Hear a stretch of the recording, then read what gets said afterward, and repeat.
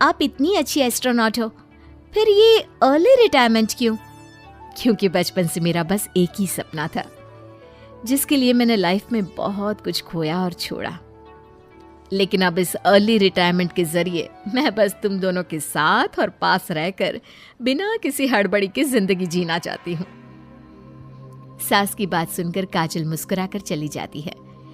उसी शाम ऑफिस से घर वापस आकर अजय अपनी मम्मी के पास बैठता है। मम्मी, क्या हमारी स्पेस ऑर्गेनाइजेशन कोई नया स्पेस मिशन प्लान कर रही है? क्या मिशन है, बताओ ना मम्मी। हे भगवान, शरीर इतना बड़ा हो गया लेकिन दिमाग आज भी बच्चों से गया गुजरा है। घर में आया नहीं कि सवाल शुरू। तो तुम जवाब दे दो ना। मैं क्या जवाब दूं? जैसे तुझे मेरे रिटायरमेंट के बारे में पता ही नहीं। इतने समय से तूने मुझे ऑफिस जाते हुए देखा क्या? फिर मुझे कैसे पता होगा? जा, तेरी पत्नी से पूछ, वो रोज ऑफिस जाती है। माँ की बात पर अजय आवाज लगाकर काजल को बुलाकर वही सवाल उससे भी पूछता है, पर काजल उसका कोई जवाब नहीं देती। और बोलो पत्नी से पूछने के लिए, मैडम जवाब ही नहीं दे रही। सवाल जायज हो तो जवाब मिलेगा ना, तुम्हें अच्छे से पता है। कॉन्फिडेंशियलिटी रूल्स के चलते हम किसी से भी ऑर्गेनाइजेशन और मिशन से रिलेटेड कोई बात नहीं कर सकते। वो तो पता है, लेकिन मुझसे भी छुपाने का मतलब समझ में नहीं आया। वो मम्मी, रिटायरमेंट एप्लीकेशन के बाद से आपने ऑफिस भी आना बंद कर दिया। सबको लगा कि अब आप इंटरेस्टेड नहीं होगी, इसलिए इन्फॉर्म नहीं किया। क्या तुम भी इस मिशन का हिस्सा हो? मैं ही इस मिशन की लीड साइंटिस्ट हूँ। ये हमारा अब तक का सबसे बड़ा और इम्पोर्टेंट मिशन है। अगर ये सक्सेसफुल हो गया तो दुनिया में हमारे नाम के साथ मेरा प्रमोशन भी पक्का है। काजल की बात सुनकर दोनों माँ बेटे हैरान रह जाते हैं, लेकिन फिर सब साथ मिलकर सेलिब्रेट करते हैं। अब दिन बीतने लगते हैं। काजल स्पेस मिशन के चलते पहले से ज्यादा बिजी हो जाती है और देर तक ऑफिस में समय बिताने लगती है। कुछ समय तक इसे चुपचाप देखने के बाद एक सुबह बहू को सामने देखकर आखिरकार सास उसे टोक ही देती है। आ रही हो या जा रही हो? भाई, हमें तो तुम्हारी शक्ल देखे लगता है सदियां बीत गई। मैडम कब आती है कब जाती है कुछ पता ही नहीं चलता। अरे ऐसा कौन सा मिशन है जिसने सुबह रात घर परिवार सब भुला दिया? मिशन तो मैंने भी बहुत देखे हैं और गई भी हूँ, पर ऐसा हाल कभी नहीं हुआ। मम्मी, मैं आपकी चिंता और गुस्सा समझ सकती हूँ, पर ये स्पेस मिशन आज तक के सभी मिशन से बहुत अलग है। अच्छा, जरा मैं भी तो सुनूं, ऐसा क्या है इसमें? आई एम सॉरी मम्मी, मैं नहीं बता सकती। भूलो मत, मैंने रिटायरमेंट अप्लाई किया है, लेकिन रिटायर होने में अभी 7 महीने बाकी है, जिसके हिसाब से मैं आज भी ऑर्गेनाइजेशन का हिस्सा हूँ। तो मुझे बताकर तुम कोई रूल नहीं तोड़ रही। मुझे सब याद है मम्मी, और मुझे ये भी पता है कि अगर आप साथ दें तो मिशन के लिए बहुत बड़ी मदद साबित होगी। पर सीनियर्स ने रूल बनाया है कि इस मिशन की इंफॉर्मेशन सिर्फ उन्हीं के पास होगी जो इसका पार्ट है, और मुझे तो उन्होंने खास अपने पास बुलाकर ये समझाया था।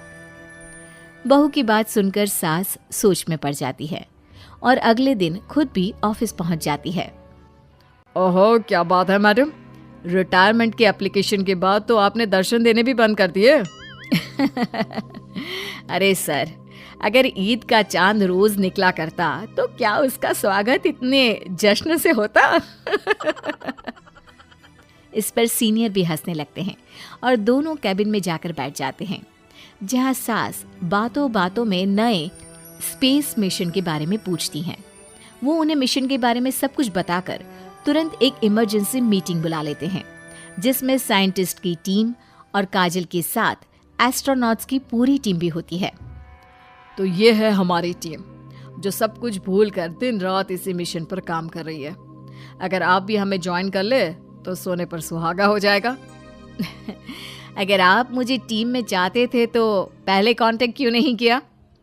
आपने स्पेस में ना जाने के फैसले के साथ डेस्क जॉब का भी इनकार कर दिया और अर्ली रिटायरमेंट के लिए अप्लाई कर दिया, और फिर पिछले 1 महीने में किसी के साथ कोई कांटेक्ट भी नहीं हुआ।